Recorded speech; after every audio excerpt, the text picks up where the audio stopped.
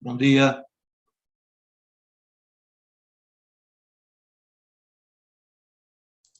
Bom dia, pessoal. Sejam bem-vindos ao segundo dia do Workshop Internacional do Programa de Pós-Graduação em Engenharia Física. Em breve estaremos dando início com as apresentações. Obrigado.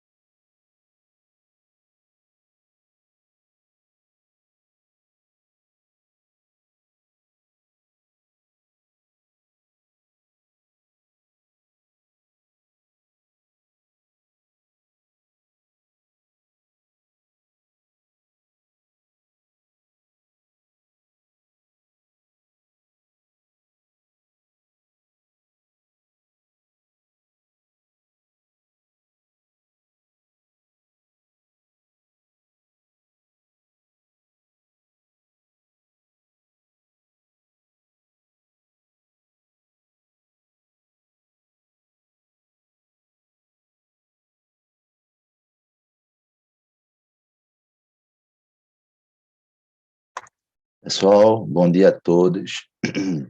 Agradecemos novamente a presença de vocês, tá?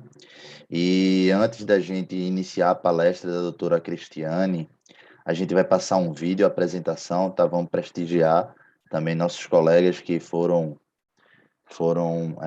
selecionados para essa modalidade, vídeo apresentação. Logo após o vídeo, estaremos iniciando a palestra da doutora Cristiane, e eu vou passar a palavra ao professor Adriano logo após o nosso vídeo apresentação, ok? Vai estar sendo colocado agora para vocês.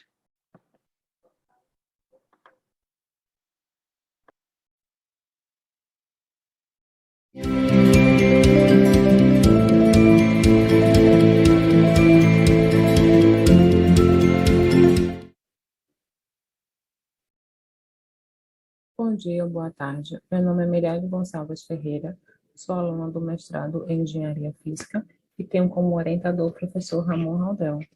Vou apresentar o meu trabalho, que tem como título Síntese e caracterização de nanopartículas de grânula de ferro-ítrio codopadas com herdro e cério.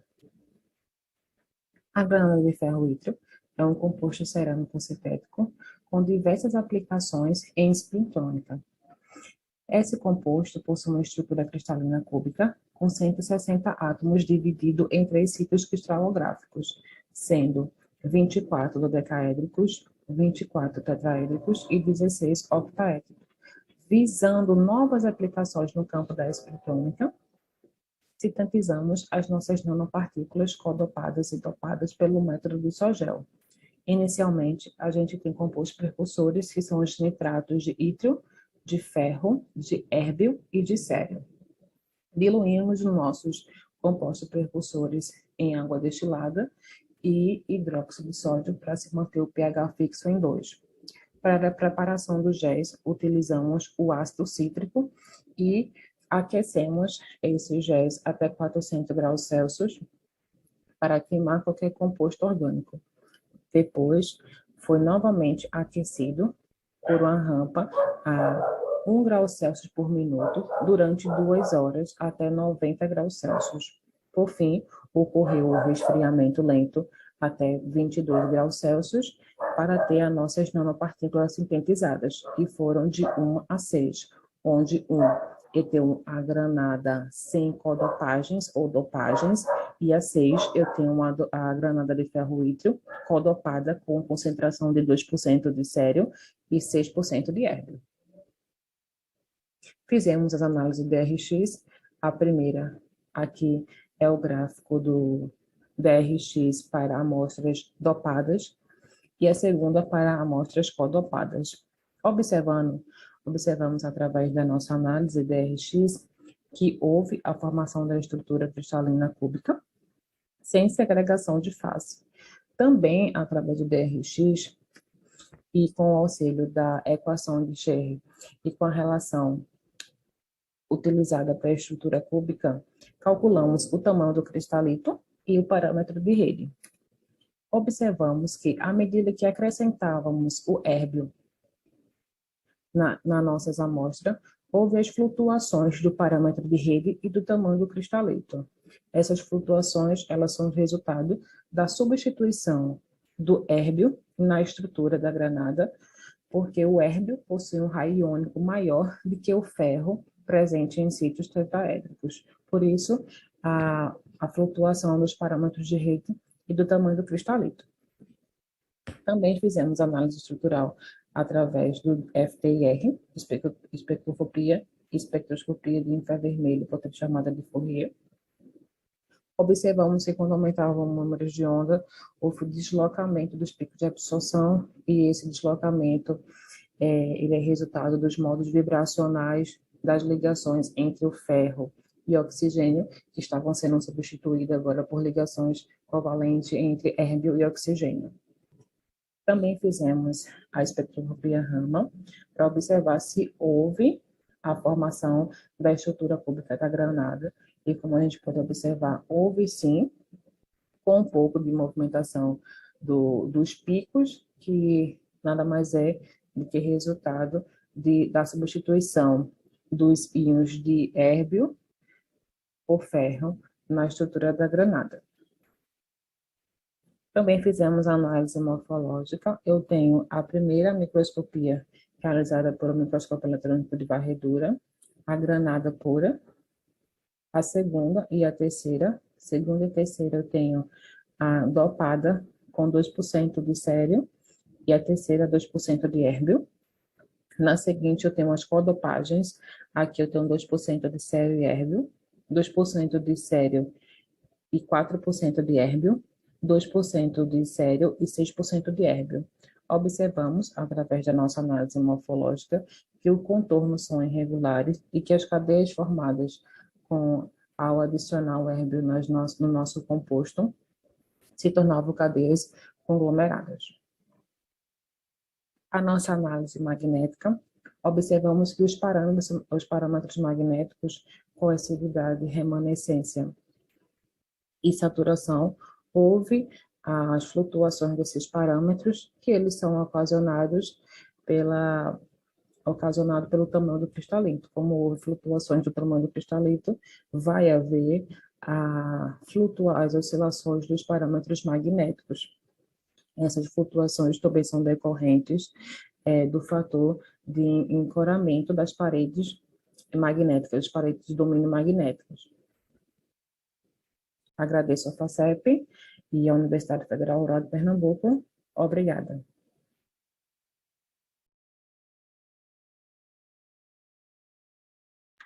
Ok, pessoal? Então, após o vídeo, eu passo agora a palavra ao professor Adriano, que vai fazer a introdução e a apresentação da doutora Cristiane. Bom dia, professor Adriano.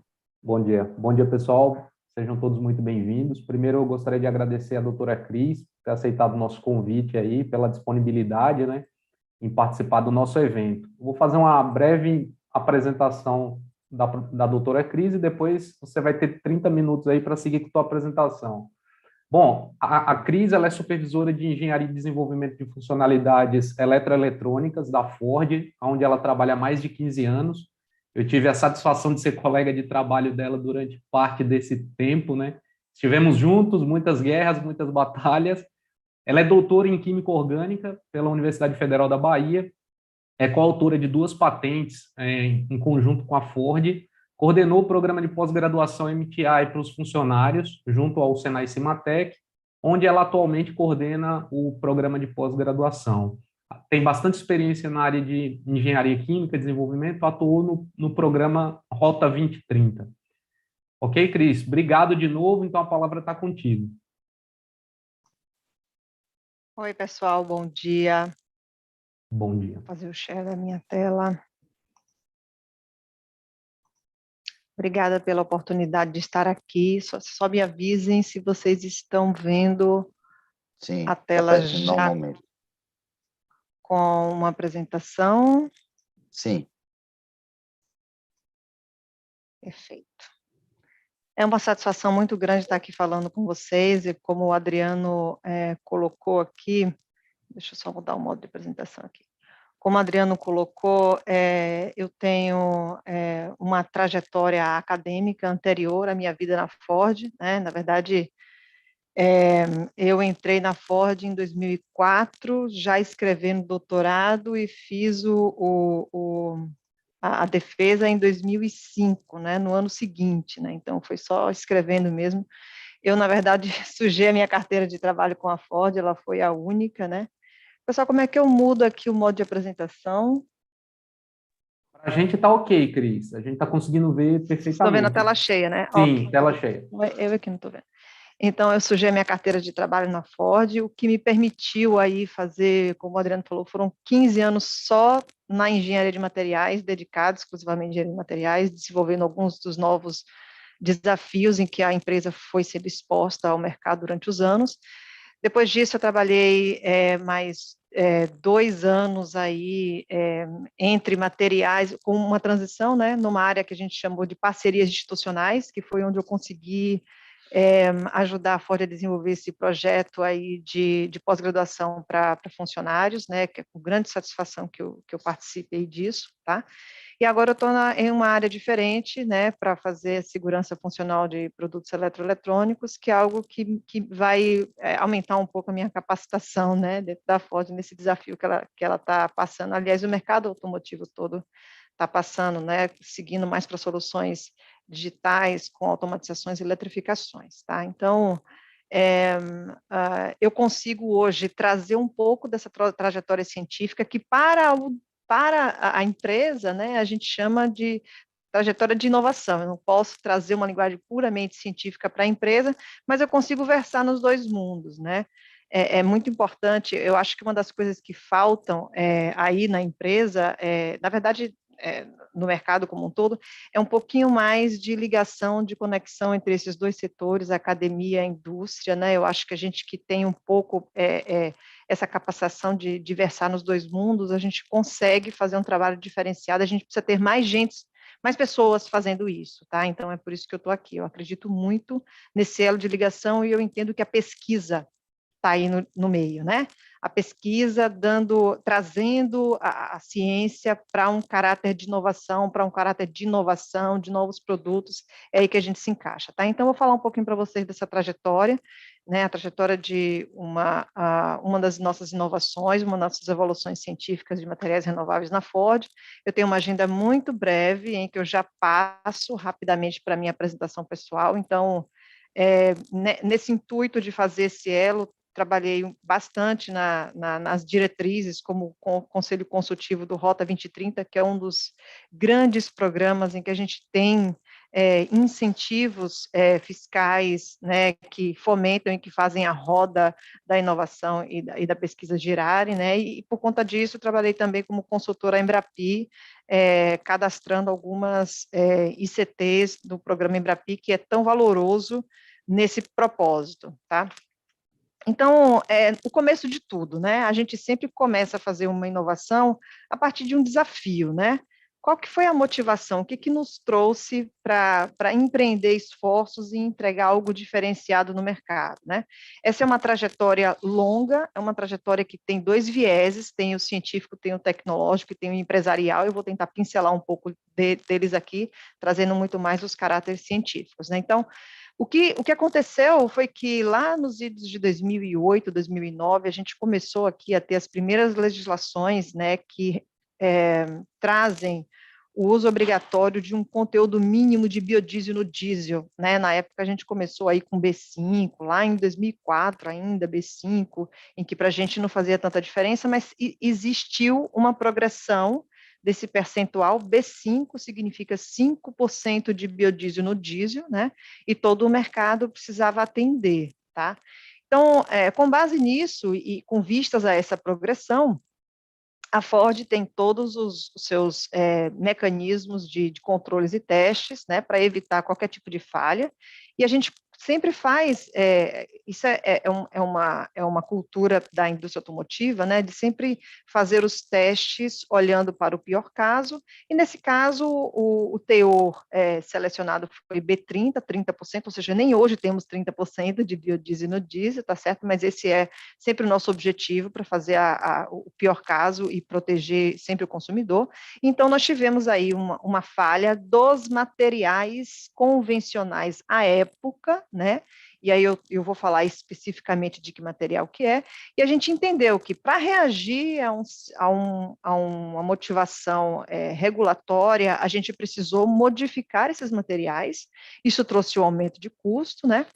E para conseguir evitar esse aumento de custo ao longo do tempo, para conseguir reverter essa situação, o desafio que nos foi imposto pela instituição foi trazer um viés de sustentabilidade, porque, afinal de contas, o grupo de pesquisa da Ford se encontra lá na matriz, em Dearborn, e aqui no Brasil nós temos um grupo de inovação, né, que tenta fazer a inovação com base nos nossos desafios de mercado e com os nossos recursos, né? Então, não fazia muito sentido a gente duplicar um esforço de pesquisa e inovação, né, da nossa matriz, então o desafio foi, tá bom, a gente vai tentar reduzir esse custo, a gente vai tentar voltar a uma condição de operacionalização a custos acessíveis, mas eu preciso que a gente use a nossa vocação de sustentabilidade. O nosso país é um país agrícola, a gente precisa trazer essa vocação e mostrar para todo o mercado o quanto que a gente pode fazer de diferente, tá? E aí, quando a gente foi para o mercado, a gente foi consultar os nossos principais parceiros de desenvolvimento, porque, afinal de contas, no final da linha de produção da Ford tem um veículo, né? Não tem um material, né? Então, a gente precisa fazer a inovação através de parceiros de produção, parceiros de desenvolvimento, que, no final das contas, se tornam fornecedores. Então, o que a gente constatou foi, não tinha conhecimento, né? A pergunta era, né? O que precisamos fazer para tornar o produto atual viável? Qual era o produto atual? Eram borrachas de PVC-NBR, são borrachas comerciais eram usadas à época no sistema de combustíveis e tem vários outros usos, várias outras aplicações na indústria, e a gente precisou mover para um produto premium, né, com uma resistência química superior, que são borrachas hidrogenadas de HNBR, e foi isso que levou o custo. Então, os nossos parceiros, à época, não tinham qualquer conhecimento de como tornar viável a borracha de PVC-NBR, como reduzir esse custo, como fazer um material diferente ainda que trouxesse as características do nosso mercado, que é um mercado de baixo custo, e com esse viés de sustentabilidade. Então, a gente precisava fazer diferente, né? Se não fizéssemos nada, o custo já está lá, a gente já tinha reagido, né? No final das contas, houve a troca, houve aí assumimos esse custo a mais para a proteção do consumidor, afinal de contas é legislação, e a gente precisou fazer diferente. Bom, Vindo aí para as nossas bases, né, o nosso querido Henry Ford sempre trouxe para a gente uma motivação de tratar uma oportunidade como uma forma mais inteligente, né, de resolver os nossos problemas, né? Então, a falha é sempre objeto de muita investigação. O que a gente trouxe? A gente trouxe, na verdade, esse projeto ele já tem 10 anos, né, de caminhada, e eu vou mostrar para vocês a evolução desde a parte científica, tecnológica e empresarial. A gente trouxe aí uma inovação, já temos uma previsão de implementação para o ano que vem, das mangueiras de PVC-NBR, ou seja, a gente trouxe o material commodity de mercado, resistente a biodiesel B30, ou seja, 30% do biodiesel no diesel, né, contendo, além de outros aditivos, né, contendo uma sílica proveniente da cinza da casca de arroz, né. E aí eu vou mostrar para vocês as problemáticas por trás disso, qual foi a nossa motivação de entregar essa inovação para o mercado. É uma inovação que já está com as suas validações iniciais feitas, inclusive validações técnicas, estamos agora fazendo os acordos comerciais com os fornecedores de matéria-prima e de peça que vão entregar essa inovação para o mercado. Mas os desafios, eles nos trazem linhas tortuosas, né, entre a primeira ideia, né, todo o caminhar científico e tecnológico para a entrega de um produto, para a implementação desse produto no nosso produto principal. Então, principais conhecimentos básicos em que a gente precisou aqui estudar, lançar mão, trazer um pouco mais de luz, né, que inclusive não tinha luz nesses parceiros, então a gente precisou estudar e dividir esse conhecimento. Foi primeiro a questão da resistência química, que foi o principal motivador, né, uma vez que a gente entendeu que o produto atual não era resistente a essa modificação da legislação. Segundo, é sempre a resistência mecânica, porque, acima de tudo, independente de qualquer troca, existem os requisitos de engenharia, que são requisitos baseados em propriedades físico-química e físico-mecânica, né, que mostram que há uma resistência mecânica, não haverá qualquer falha a um sistema, que é um sistema crítico delta invertido. A gente chama delta invertido porque ele realmente é crítico para a segurança. E tinha um outro fator que veio um pouco mais como um efeito cotovelo, vamos dizer assim, que foi a questão da condutividade. A química do biodiesel é uma química completamente diferente do diesel de petróleo, tá certo? Nós temos aí uma polaridade diferenciada, são éster de ácidos graxos, né? Então tem uma polaridade diferenciada, e isso fez com que a gente observasse, né, o efeito de produção de cargas estáticas durante a passagem do fluido no duto, né? Então, a gente tem ali pontualmente algumas cargas, algumas eletricidades estáticas que precisam ser conduzidas pelo duto até que se tenha ali uma neutralização. Então, o produto mangueira, ele precisava ter uma condutividade, né, superior, que na verdade não era um item, não era um requisito de engenharia antes que a gente, quando a gente usava apenas o biodiesel, e passou a ser. Então, a gente precisou ir a fundo nesses conhecimentos básicos, a gente precisou evoluir no conhecimento aplicado, tentar entender quais eram as normas de material que a gente primeiro, né, tinha que atender e, quem sabe, ultrapassar numa melhoria de produto, tinha que atender as normas da ANP, porque, afinal de contas, a qualidade do biodiesel ela é uma qualidade normatizada, então, a efeito de testes, eu não podia fazer o teste com qualquer biodiesel formulado em laboratório, precisava atender as normas da ANP, mesmo com essa projeção de 30% do biodiesel no diesel, né? E tem os requerimentos de engenharia da empresa com todas as limitações tecnológicas que isso traz, né? E eu vou falar um pouquinho mais lá para frente. Mas do conhecimento básico para o conhecimento aplicado, a gente teve alguns percalços, né? E que justificam esses 10 anos de desenvolvimento, que traz um pouco também de maturidade. Não é apenas engenharia, né? Não é pegar o requerimento e ir para a produção e implementar, né? Precisamos ter essa evolução de tecnologia do TRL1 ao TRL9. TRL é o nível de maturidade tecnológica, é uma escala feita pela NASA, né, que vai de 1 a 9, e a gente percorreu todo esse TRL junto com o nosso time e com nossos parceiros, né? E, num terceiro momento, né, um caminho muito mais tortuoso é quando envolve aí o conhecimento empresarial de tentar negociar junto com esses parceiros quais são os riscos que cada parceiro está aberto a tomar, quais são os esforços que cada parceiro está aberto a empreender para somar nessa parceria de desenvolvimento, como se dá a exploração comercial disso, afinal de contas é uma inovação que ela não é limitada ao setor automotivo, muito pelo contrário, todos os setores que implementam, que empregam o material de borracha à base de PVC-NBR e que requerem qualquer compatibilidade química, podem utilizar, então, rapidamente a gente já fala de mangueiras de poços de abastecimento, de mangueiras ou borrachas de vedação para dutos de petróleo, para toda produção e transporte de petróleo e seus derivados, e tem toda uma questão de carência, né, que é exclusividade, ou seja, o fornecedor da borracha ou da mangueira vai negociar com outros setores, e qual que seria a vantagem competitiva da empresa. Então, tudo isso, junto mais com a propriedade intelectual, é aí um pouco do desafio que a gente tem para caminhar com essa inovação. Então, o aspecto interessante dessa trajetória é a gente pontuar aqui quais foram os desafios científicos, já que nós estamos falando para a academia, né?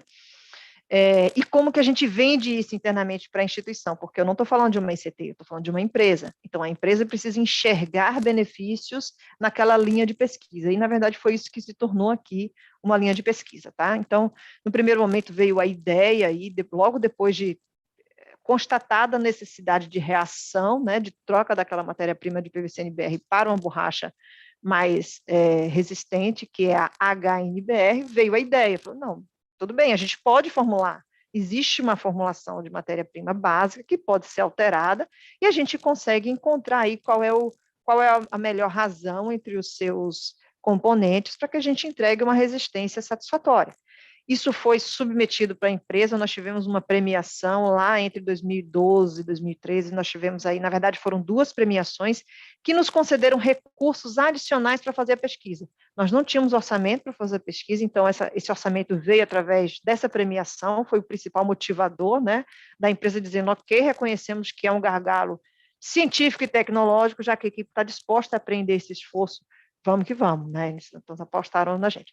Então, a gente começou aí a desenvolver algumas parcerias, né, os primeiros parceiros aí, tanto tecnológico, que foi o IPT, quanto o parceiro de desenvolvimento de competência, que foi a UFBA, né, a gente começou as primeiras negociações, foram as primeiras abordagens, observe, não é fácil você ter uma abordagem com ter interesses tão diversos, né, entre esses atores, que é a empresa e a academia, mas a gente conseguiu.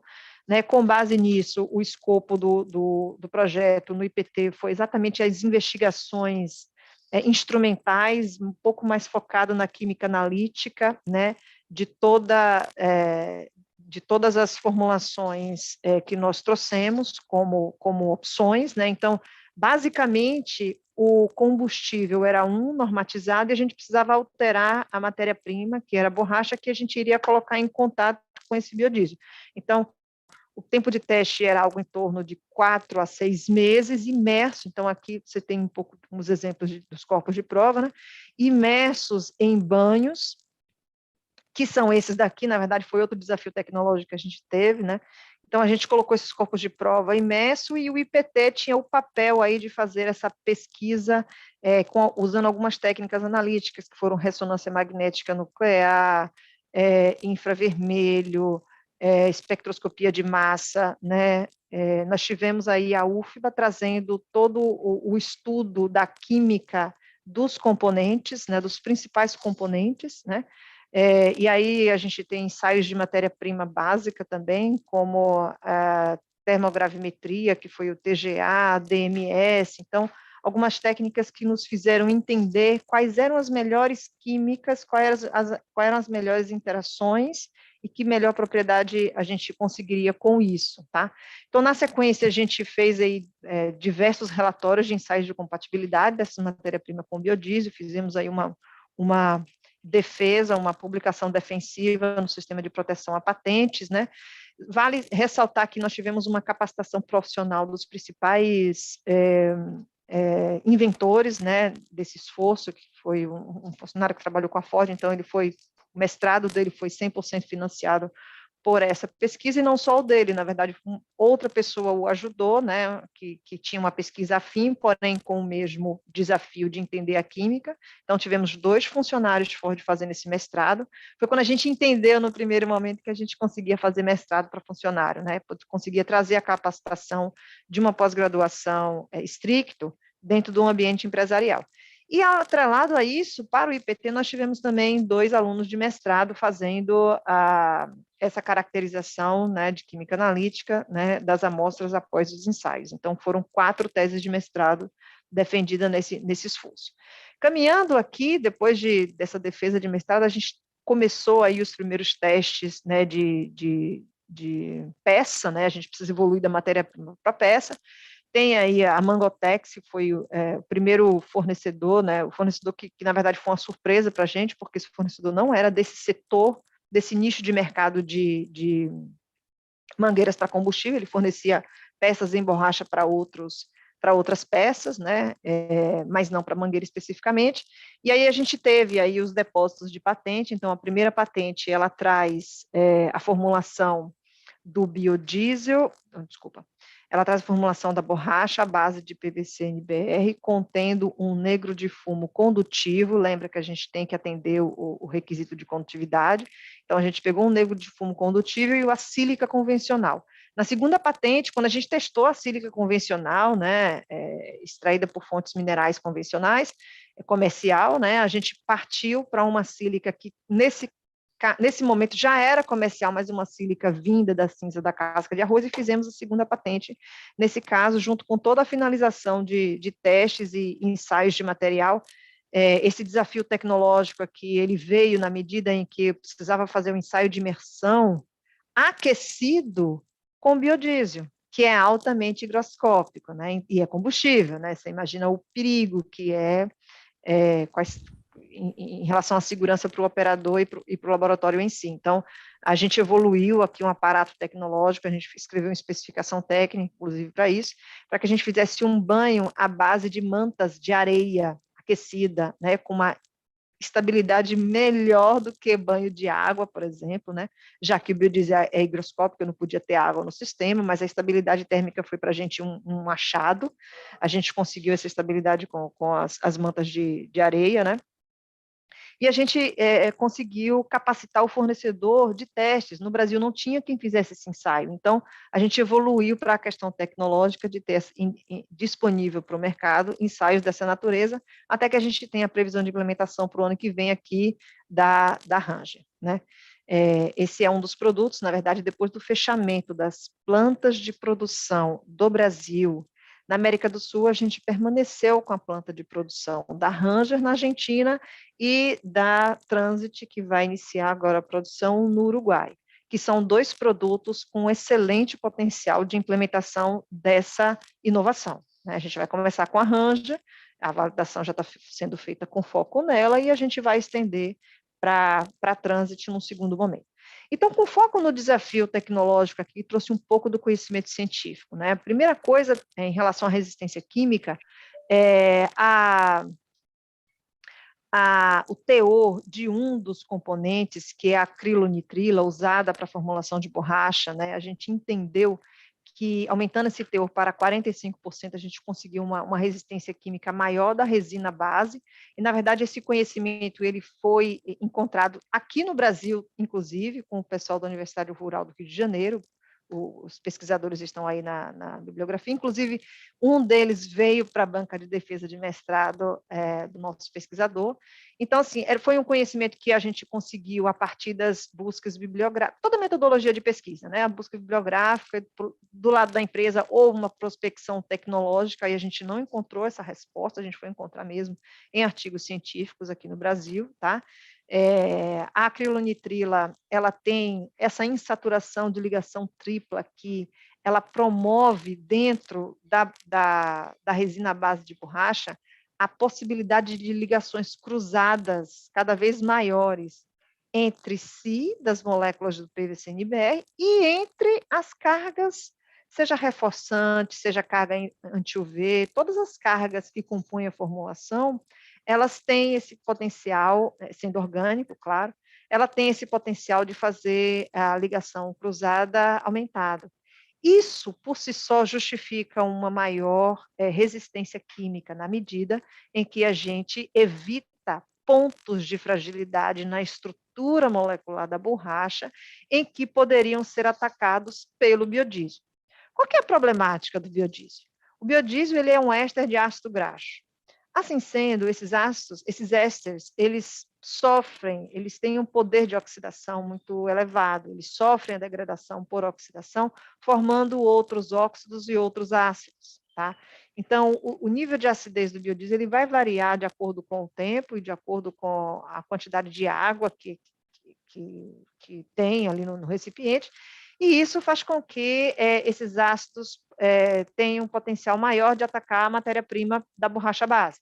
Se a gente protege a borracha base com esse material, que é a acrilonitrila, com esse potencial de fazer as ligações cruzadas, eu reduzo essa possibilidade na medida em que eu não tenho mais tantas insaturações. As insaturações, que são essas ligações triplas, principalmente essa dupla, elas são quebradas pelas ligações cruzadas. Quebradas, entre aspas, são reforçadas pela ligação cruzada. Então, isso é o que justifica, do ponto de vista científico, o resultado da nossa inovação, né? Indo para a sustentabilidade, a gente viu aí que não foi nada que a gente desenvolveu, né? A gente viu que a sílica ela já estava disponível no mercado a partir desse fornecedor. Eu vou voltar aqui um pouquinho só para vocês verem, né? É a Silca Nobre, está aqui bem pequenininho o nome desse fornecedor, né? Ela já é um material já certificado com todas as normas, inclusive do Inmetro no Brasil, né? O nome da matéria-prima é Raven P, que vocês viram ali.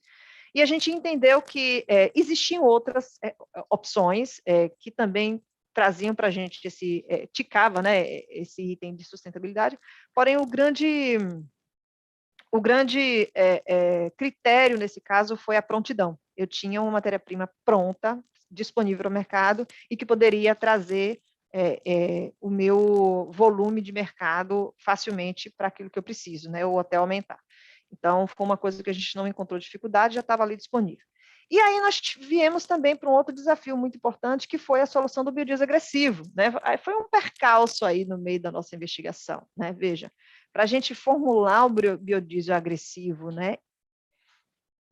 E trazendo a hipótese de um biodiesel com 30% no diesel, né? 30% de biodiesel no diesel e agressivo, ou seja, já envelhecido, já ali dentro de um tanque de combustível há uma semana, duas, que leva até você exaurir o combustível, né? A gente teria uma situação bem agressiva. E para formular esse produto, a formulação global, que veio do nosso centro de pesquisa, ela usava um hidroperóxido, que era um hidroperóxido altamente agressivo e usado na fabricação, inclusive, de armamentos nucleares. Desculpa, armamentos, né? O nucleares era uma tendência na época, a gente não sabe se foi confirmado, mas armamentos. Então, a gente precisava de uma autorização especial do Exército, que a gente não quis ir por esse caminho. Rapidamente, com o nosso conhecimento, com a nossa equipe que estava fazendo aí a capacitação do mestrado profissional, a gente encontrou uma solução ascética para manter o Total Acid Number. Esse TAN é um dos requisitos, né, inclusive, não só da especificação da Ford, mas da ANP, né? Eu preciso ter um número de acidez total conhecido, mensurado, e a gente conseguiu manter isso com uma solução ascética. Então, a gente precisou voltar para a pesquisa para conseguir responder a esse roadblock, né, que a gente encontrou no meio do caminho, mas a gente conseguiu ultrapassar isso, né? Então, aqui foi o coração dos nossos desafios tecnológicos, que a gente venceu com muita pesquisa, com muita ciência, né, com alguns parceiros envolvidos, com muita discussão. E daqui para frente eu vou trazer só um apanhado, né, dos impactos, né, que essa inovação traz para o mercado de uma forma geral, né? Então, eu trago aqui que é um impacto para além do setor que o criou. Então, a primeira coisa é o impacto no negócio. A gente tem aí uma redução de custo em torno de $5 por peça, né? Uma vez que o investimento foi baixo, foram pesquisas, foram algumas compras de serviço, foram as capacitações, né? Foi algum ferramental, porque a borracha é uma borracha nova. Eita, tenho 3 minutos. Foi aí o impacto de ter pessoal altamente qualificado, né, em termos de projeto, em termos de ciência, em termos de produção científica. Nós temos aí 2 patentes, 4 dissertações, 6 publicações e uma especificação de engenharia. Impacto ao negócio, uma vez que a gente trouxe o conhecimento que não estava disponível no mercado brasileiro, tá certo? Pouquíssimo no exterior, mas principalmente no mercado brasileiro, a gente desenvolveu o fornecedor para que eles tivessem a competência de teste. Trouxe o impacto ao negócio. A gente está planejando uma publicação à imprensa sobre essa inovação para o ano que vem, em torno do lançamento da inovação. E aqui o principal impacto para nós, né, para o nosso mercado, que é o impacto da sustentabilidade. A casca de arroz, ela está para ser um acidente ecológico grave nos próximos anos. A gente tem aí o Brasil como, hoje, o maior produtor e consumidor de arroz fora da Ásia, uma produção anual absurda, né? E o que nós temos aí? Gira 15 milhões de toneladas, né? E o que nós temos aí hoje que consome essa casca de arroz? Muito pouco. Se tem de solução aí, é principalmente o uso na ração animal, o uso na agricultura, porém o valor calórico e energético da casca é muito pouco. Então, não fecha a equação de negócio, né? Não vale a pena realimentar, o custo de logística para você voltar e colocar na agricultura de novo não vale a pena. Então, o valor agregado que a casca traz é esse alto teor de sílica que pode ser usado em invenções como essas, né? Tem algumas outras que estão em estudo e a nossa é uma delas. Aqui temos algumas lições aprendidas que a gente divide internamente com o nosso time, o quanto a busca por um conhecimento, a busca por ultrapassar as barreiras tecnológicas trouxe de benefício geral para a empresa em todos os aspectos, né? Temos uma divulgação técnica expressiva dentro da companhia, e aqui nós estamos buscando aí finalizar as parcerias comerciais para a implementação desse produto, com vistas à implementação no mercado global, uma vez que a pandemia trouxe um problema de fornecimento das mangueiras de HNBR, que são as mais caras, né? Nós temos um problema de fornecimento, problema de insumo, e a gente está aí como uma solução viável, desenvolvida internamente pelo Brasil, exportando conhecimento, exportando capital intelectual para todo o mercado. Bom, Adriano, 30 minutos e 20 segundos. Você é fera, Cris. Parabéns aí pela apresentação, muito legal ter você aqui conosco de novo. Obrigado por ter prestigiado aqui o evento. Temos 2 perguntas aqui. A primeira pergunta é do nosso estudante de mestrado, Luciano. Ele ficou curioso com relação ao cronograma e as dificuldades aí do desenvolvimento entre a empresa privada, né, no caso a Ford, e a Universidade Federal da Bahia. Quais foram essas dificuldades e o que vocês aprenderam e que fariam diferente? Aí eu estou complementando, tá? Num próximo desenvolvimento. De maneira sucinta, porque tem uma segunda pergunta depois. A primeira coisa, assim, a interlocução com a Universidade Federal da Bahia foi muito difícil, porque os interesses eram divergentes, né? E o primeiro ponto é que a gente não tinha nenhuma data limite para implementar a inovação, né? Assim, o problema foi resolvido, né? E, além disso, eu não tinha um orçamento específico para isso, né? Eu sempre consegui verba para ultrapassar essas barreiras a partir daquele orçamento que não era usado durante o ano, que a empresa ia devolver. Tem projeto aí? Tem, aqui, aqui, vamos lá, preciso disso. E aí a gente foi evoluindo, mas o caso com a UFBA foi uma questão mesmo de discutir aquilo que está lá no finalzinho, e aí já respondendo a sua pergunta, Adriano, toda vez que a gente vai negociar com uma ICT, né, os acordos, os contratos, o departamento jurídico da empresa, junto com o NIT da ICT, eles já querem deixar tudo preto no branco no contrato. Inovação não é assim. A gente não sabe onde vai chegar. A gente não sabe como será a exploração comercial. Esses aspectos da parceria aqui, eles são discutidos depois que a gente entende qual que é o potencial de exploração daquilo. Para você não parar e desmotivar a equipe, o que eu faria seria muito mais firme com a instituição, porque, assim, no primeiro momento a gente ia fazer tudo com a UFBA, e a gente viu que não deu certo. Não deu certo porque eles queriam saber como que a gente ia fazer a partilha de propriedade intelectual dessa inovação depois de feito. Imagina, eles achavam que a gente ia fazer nos 2 anos de mestrado do aluno. Não rolou, né? São 10 anos, gente, peraí, né? Então, Como não rolou isso, a gente recortou, né, fizemos aí uma delimitação de escopo da UFBA apenas para a parte de capacitação dos profissionais, com o foco muito de entender a propriedade química de alguns dos aditivos, né? A gente estudou carbonato de cálcio, que é um aditivo reforçativo, e que tinha impacto nas propriedades mecânicas e principalmente na resistência química. A gente estudou, dentre outros, da formulação. Sim. Então, foram para mais de 8 formulações no âmbito da UFBA, entendendo a propriedade mecânica ali com o pessoal do departamento de mecânica, né? Tá. Na Politécnica. Uhum. E a partir daí a gente dividiu, né? Dividimos o escopo das compatibilidades químicas por IPT, dividimos o escopo do protótipo por fornecedor, e aí vimos que não cabia ali. Se eles estavam muito interessados com a propriedade intelectual, vamos nos ater à questão do desenvolvimento científico, à questão da resposta às perguntas científicas. Foi assim que a gente resolveu, foi assim que a gente ultrapassou essa barreira.